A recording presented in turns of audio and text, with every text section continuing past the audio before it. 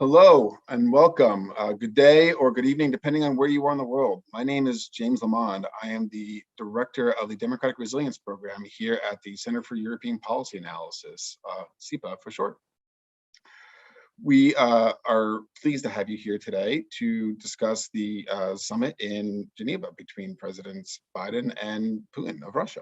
And we have with us here today an incredible panel that I'm thrilled to really have such a collection of expertise available to help us make sense of this. We have with us Alina Polyakova, the president and CEO of CEPA. We have John Herbst, the director of the Eurasia Center at the Atlantic Council. Angela Stent, the director of the Center for Eurasian, Russian, and Eastern European Studies at Georgetown University. And Edward Lucas, who is here, a senior fellow here at CEPA. And we are thrilled to have you all here. Thank you so much. So here's where we are right now in Geneva. We have Presidents Biden and Putin have arrived. Notably, President Putin was actually on time, not his usual characteristic, 45 minutes late. President Biden, going into the meeting, President Biden appeared to nod in an affirmative about towards a question about whether or not he trusted Putin, and then the White House pretty quickly put out a statement correcting that. And then the first smaller meeting has concluded, the meeting between the two leaders and the foreign minister and secretary of state. And now we are into the larger session with the full staff and the full groups from the governments. So we have the press conferences scheduled for later today. There are going to be two separate ones between President Biden and President Putin. And so there's a lot of tea leaf reading going on about what's happening, what's taking place behind closed doors. But I'm curious, what you all think, what you were expecting to see at the press conference, because that is where the rubber hits the road. That is what the public statements are, what the world will see. So I was wondering if we just go through real quick and get a response from everyone to what are you expecting to see at the press conferences? Alina, can you kick us off? Well, thanks, James. Thanks so much for getting us started here. Look, obviously, we're all looking forward to see what President Putin will say or President Biden will say. I think comparing their statements will be quite interesting on whatever potential deliverables can be expected from this. I think what I'll be expecting is that we'll have President Biden repeat some of the tough words he's had from Mr. Putin, saying he delivered a strong message on some of Russia's nefarious malign activities in the cyberspace, Russia's continued aggression against Ukraine and other Russia's neighbors. And I think we'll come to an end with an agreement to potentially relaunch some strategic stability talks, conversations on arms control and broader nuclear issues. But that'll probably be it. And I'm guessing Mr. Putin will deliver his usual view of the world that we've seen him do now over the last 21 years, many, many times. About Russia's own sovereignty and how that needs to be protected, no interference in Russian affairs. It'd be interesting to see if he takes it one step further and talks a bit more about the relationship with the United States that he wants to develop. I'd be very surprised to see that. So I think we're going to have two world leaders giving their narrative. And it'll be very interesting to see if their words align on the potential deliverables or follow-ups from this meeting. Certainly, I think expectations are very, very low, but I have to commend the Biden administration for not doing a joint presser with President Putin. That has never led us to anything good, frankly, in the past. And I think we're not going to see another Helsinki here, meaning the repeat of President Trump's meeting with Mr. Putin. I think while that's a low bar, anything is up from there. Excellent, thank you. Angela, what are you looking for? Well, I think probably many of the same things that Alina is.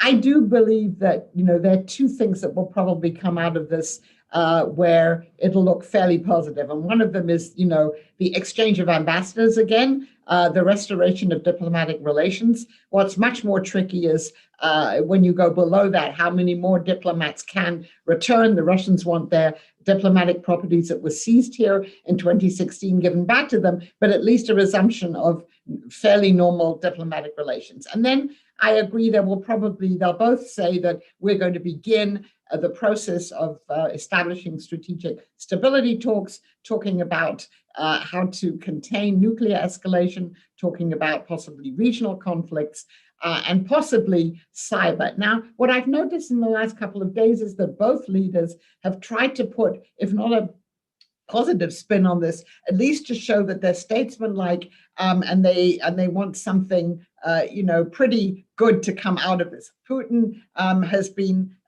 much softer in his rhetoric, if you like. President Biden has called Putin a worthy adversary, which I think is something that the Russians probably are quite happy with. So I think you might see a tone in both of those press conferences that is more forward-looking. And then we may or may not hear about the other regional issues, which apparently are on the table as they sit there, which are, Afghanistan and Syria primarily, maybe North Korea.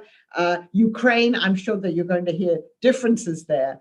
And I think it's probably very good that President Biden's going second, because at least he can then correct some of the things that President Putin might say. But it looks as if President Putin now wants to use this to show that, Russia was sat down with the United States, that Russia is a great power, that President Biden recognizes this, and that we're going to go forward as two great powers working together. Excellent. Thank you so much. There's a lot there to deal with. That's absolutely. Edward, I was wondering, what are you looking for in this in these two different press conferences that will be taking place this afternoon?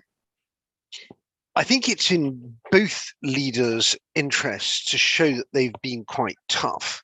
Putin has to show that he's not intimidated by the American sanctions, and Biden needs to show that he's not lost the plot on Russia, as some of his more hawkish critics say.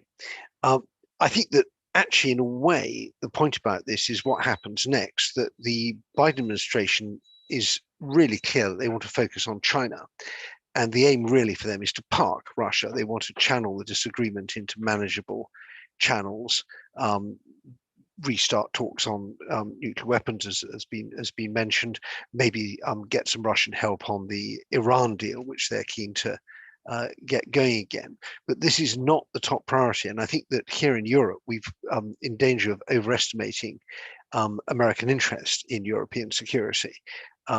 It so happens that we've got the NATO summit and the G7, and President Biden's come, but this is not the top agenda item on his desk. And I think that we probably won't be seeing him here again for some time.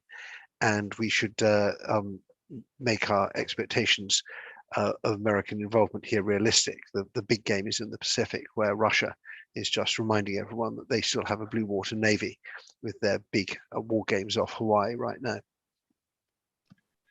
Yes, the timing of that naval exercise is quite telling. Ambassador Herbst, you've engaged in a lot of these sort of diplomatic conversations and events. I was wondering, what is it? What are you looking for? What are you hoping to see? All right, I think that the U.S. Russian relationship at the moment, and in Geneva, can be looked at as three different levels of play. The first, of course, is what happens in the actual meeting. The second is the question you ask, of course, regarding the press conference, and I'll come to that in a second. But the third is what's actually going on in terms of policy activities.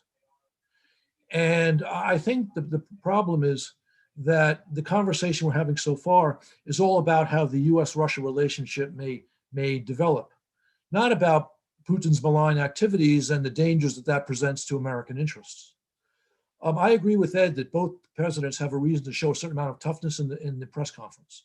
And so I expect that. I think Biden will speak somewhat along the lines of his Washington Post op-ed, which was excellent.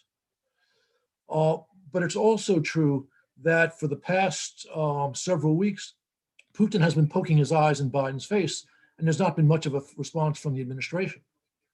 We've seen that, for example, in all the cyber attacks and the rather waffling response from the White House. We've seen it, as Ed just pointed out, with this large Russian naval exercise only 300 miles off the coast of Hawaii. And the most important thing for the United States is not what Biden says to Putin, although I think he will say the right words. It's what we do in response to these provocations. We need to be doing stuff that are not necessarily seen, especially in the Khyber area. to demonstrate to the Russians that we are not patsies. This is exceptionally important. That's the real game. Thank you for that. And I'd like to stay with you for a minute, John. Thank you. Ukraine is an issue that has been front and center on a lot of people's minds going into the summit. President Zelensky saw a meeting with Biden ahead of time. That didn't happen, but now we have one scheduled for July. Ukraine did not receive the membership action plan at the NATO summit, but Biden in his press conference said he's not opposed to it if they met certain reform criteria. This is something that is clearly in a lot of people's minds going into the conversation. What role what role do you think Ukraine is playing in the conversations, in the talks? Do you think this could have been handled differently going in? There seemed to have been some mixed messaging going in following the NATO summit, with Zelensky giving out some public remarks that seemed to not indicate that it seemed to conflict a bit with the official positions. Biden deserves a great deal of credit for his response to the Russian military buildup in northern Crimea and along Ukraine's eastern border earlier this year. His response was fast and tough, a first in American responses to Russian aggression in the since Putin gone rogue in the mid-aughts. But since then, the Biden administration has stumbled. You had a terrible strategic decision, cutting sharply against American national interests on Nord Stream 2. Now, that was done for Merkel's benefit, but it was also presented in a way suggested that the Russians it was a gesture to Moscow. The fact that it took place on the day that Lavrov and Blinken met, serious tactical error. And of course, this was a huge disappointment in Ukraine. And so that's an important background to this. Zelensky, of course, is very anxious about his relationship with the United States, given all the peculiarities of Trump's policy towards Ukraine. And he's been angling for that White House meeting for years. So he was disappointed, but he should not have been. He should have held his tongue, that he did not get to see Biden before this summer. That was just not going to happen. And then he was also unhappy because that Ukraine was not invited to NATO. So he said some indiscreet things, mistake on his side. But having said all that, Biden's made clear from the time he took office, he made clear in that Washington Post op-ed, his advisors have made clear over the past several days that Ukraine is very much on the agenda in Geneva, because in fact, Ukraine is the focus of Moscow's assault on the post-Cold War, and for that matter, post-World War II security system, which we strongly support and which is very much in our interest. So this is an unfortunate brouhaha because of some mistakes made in Washington and also some mistakes made in Kiev. But the critical thing is what I've just mentioned, that Biden understands clearly American interest in stopping Putin's aggression in Donbass. And that's why you had a very positive thing, not just the Biden invitation to Zelensky to come to Washington, which Alina mentioned next in the summer, but also the announcement by the Pentagon about American military support for Ukraine that came out, I think, a little bit early as a reminder to everybody that Ukraine is very much on the agenda. Thank you. Thank you. Just to move a little bit towards Alina, I'd like to go to you next with a question about red lines. That's been one of the big words we've heard a lot going into the summit. You've made the case that we need to actually reestablish red lines in the relationship with Russia, and that by firming up and the contours and reestablishing what the contours of that relationship are, that's when we can actually provide the stability and predictability that is sought. At his press conference on Monday, President Biden made the point that this is one of the goals he wants to communicate going in into the Geneva talks.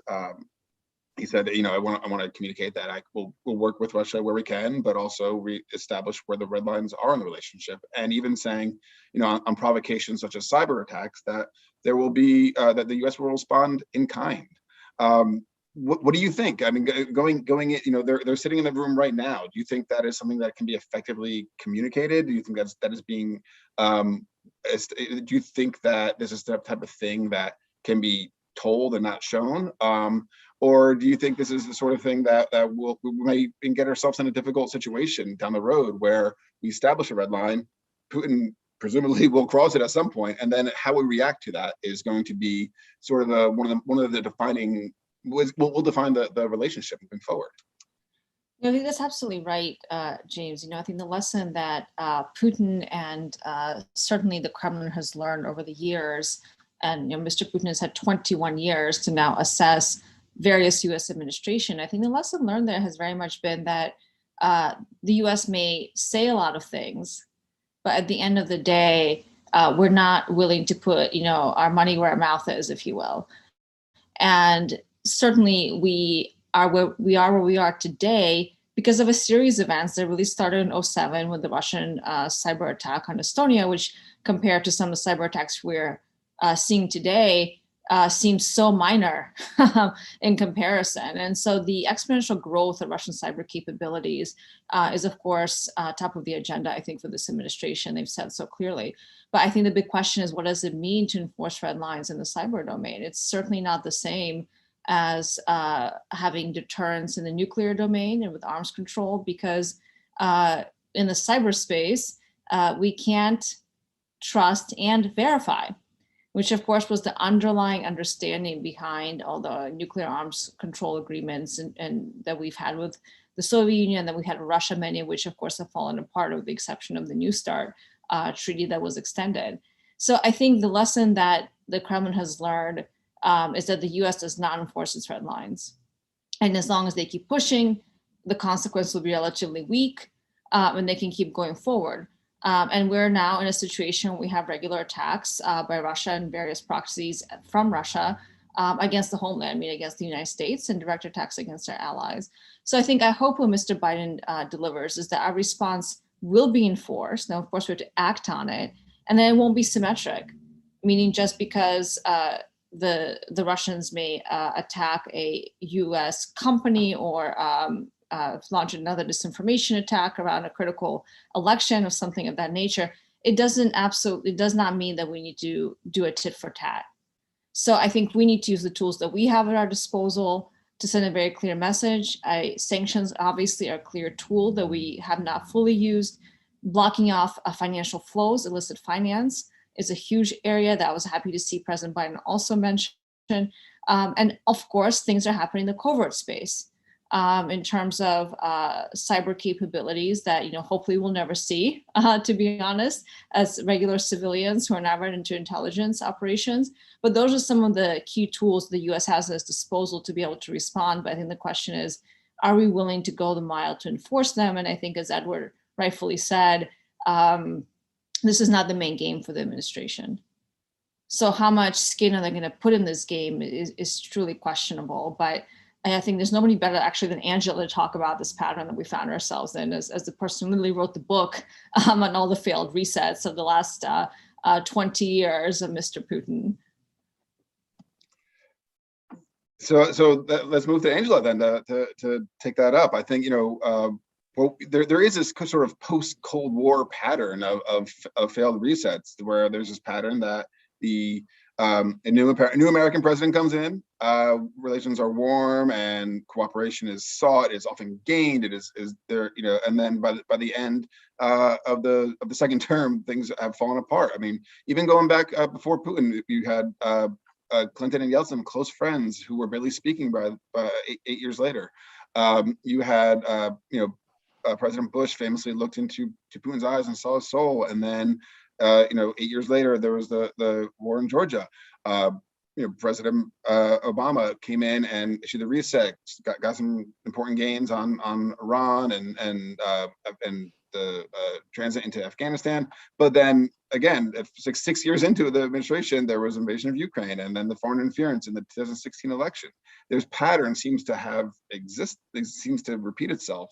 Do you think that Biden is effectively putting a circuit breaker on that and really stopping that pattern, or do you think there's a chance we could kind of fall back into that comfortable path? Yes. So, the Biden administration in the beginning, and it still says they're not seeking a reset. They want a stable and predictable relationship. But in essence, if we could have a stable and predictable relationship with Russia, which I doubt, it is kind of a reset. I think it's the natural human tendency to come in, or American tendency to say, there must be a better way of doing these things. So the rhetoric is different. By the way, it's 20 years ago to the day that President Bush looked into President Putin's eyes and saw his soul. Interesting anniversary. So they're not looking to come out with a much improved relationship. But to go back to what Edward was saying, if they were able to establish guardrails, and that is to say, to park Russia so that they can focus on China and sort of have an agreement with Russia that we won't always have to be dealing with these fires emanating from Russia, these provocative acts, which one has to do all the time.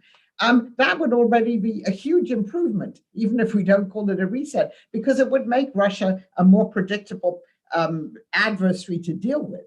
But the pattern so far has been that Russia, thrives on unpredictability. Putin's foreign policy thrives on making people get off balance. What are they going to do next in Ukraine? Are they going to invade? Are they not? So in other words, there may not be the same disillusionment. There aren't the same high hopes as Clinton had, certainly when he came in, even George W. Bush had, and certainly President Obama when he was dealing with Medvedev. But I think there's still a belief and a hope there that they can, manage to create a more stable and predictable relationship, a more, rational relationship with Russia, where they don't have to keep worrying about it.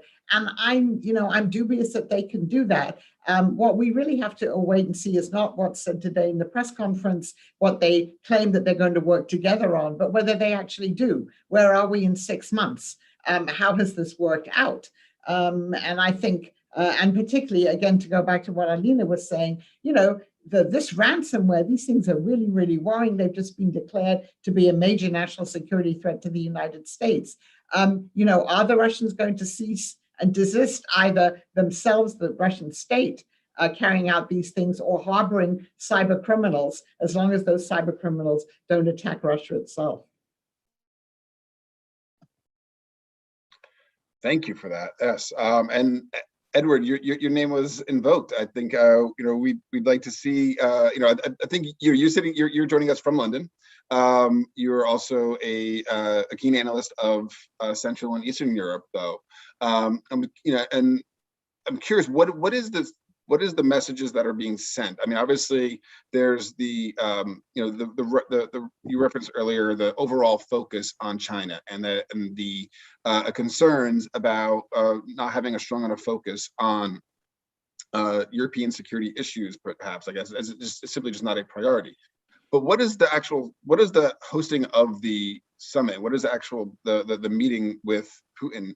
What signal does that send to our European allies, particularly, I mean, both in the West, but also those particularly on the front line of dealing with Russian malign activities and sort of interference activities?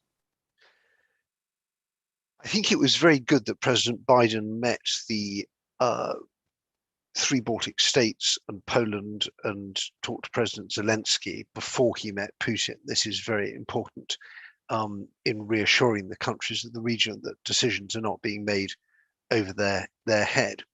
But I still think the whole thing is overshadowed by the, to me, deplorable decision to lift the sanctions on the Nord Stream 2 gas pipeline. And that was sent a kind of shudder down the spines of all the Central and East European countries, because when that pipeline is completed, it removes their leverage, particularly Ukraine's leverage on Russian gas transit, and it enriches the already very powerful sort of Russian-German energy complex. So that is bad. And I think more broadly that there's a terrible failure of deterrence, that we've seen Belarus going in sort of full rogue state mode with its crackdown and the skyjacking of a plane flying from one NATO country to another.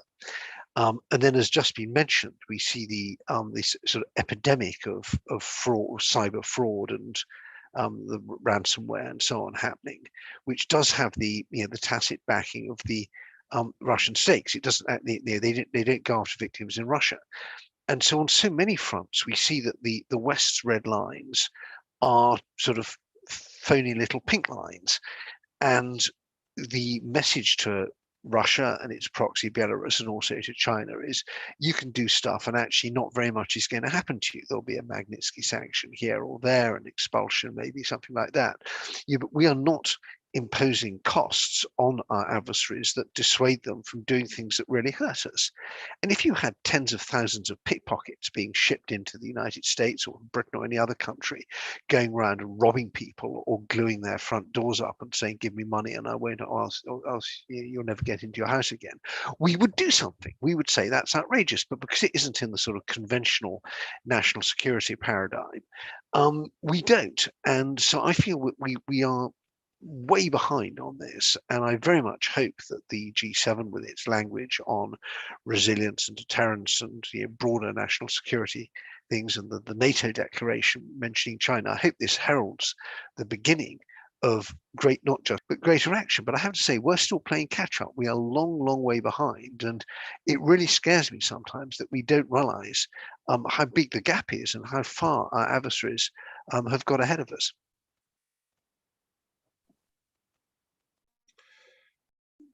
Excellent points. So we are coming up on time. We have 3 minutes left. That is just enough time for 1 minute closing remarks. But the one issue we have not discussed, which I think is important and don't want to leave out, is the issue of democracy and human rights and the imprisonment of Alexei Navalny, which has been a hot button issue going into the planning for the summit. I know the Biden administration wanted to make sure that this was going to be on the agenda.